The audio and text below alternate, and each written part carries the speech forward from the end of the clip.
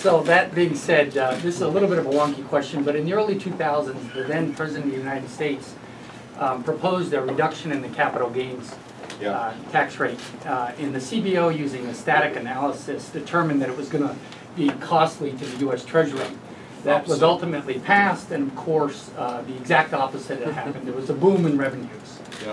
And historically, the CBOs use static analysis. There's a push on by the House Republicans to have them change to dynamic analysis. You're not kidding, this is a nerdy question. I am an economic background, so I'm guilty. So I just wanted to get your input, because this is at a fundamental level. I'm all in on eliminating the static bean counters accounting for spending and for taxing.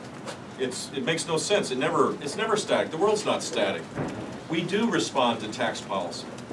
So I guess in the CBO world, these people that never really have gotten out of a few zip codes in Washington, they believe that if someone had a plan to raise the tax rate to 100%, they would just take up all the income and say, wow, we're going to get X trillion dollars from here to eternity. That's absurd, but that's how static planning works.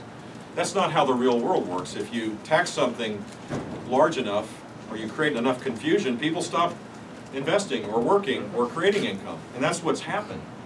We're not at our full capacity economically, and we're not generating the revenue for government because dynamic scoring goes both ways.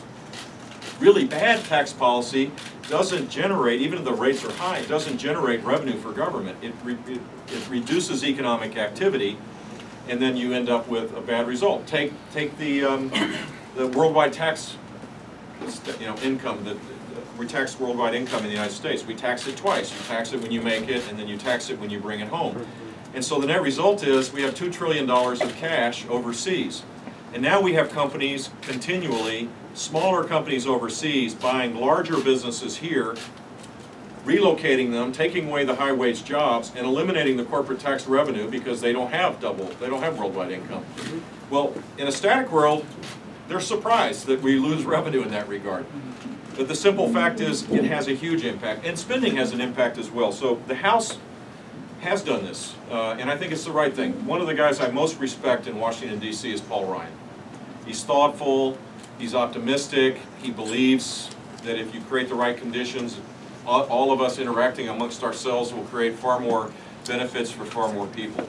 The Senate doesn't have the rules in place to be able to do this, so they can do it, I think, in their year-to-year budget reconciliation process, and they'll do it. But we should have a permanent fix of this so that good tax policy is rewarded in the budgeting process. Can I just give myself a little therapy here? Because this does bug me like it bugs you. The second thing I'd say is this 10-year central planning approach to budgeting is ridiculous. Why do we have to, you think about it, the Obamacare, the whole argument was, well, this will be revenue neutral.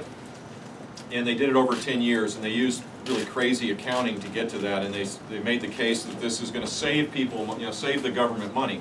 Well, within a year, when they did the analysis, it was already way over in terms of costs, and the revenue coming in was less. We should start focusing on near-term budgeting to get it towards balance rather than these 10-year planning. The Soviet Union did 10-year planning. This is not the way that a great country should be. This is a way to protect the protected class in Washington, D.C. Real kitchen table budgeting is what we ought to be using, and it is dynamic in the real world. I feel better now. I just gave myself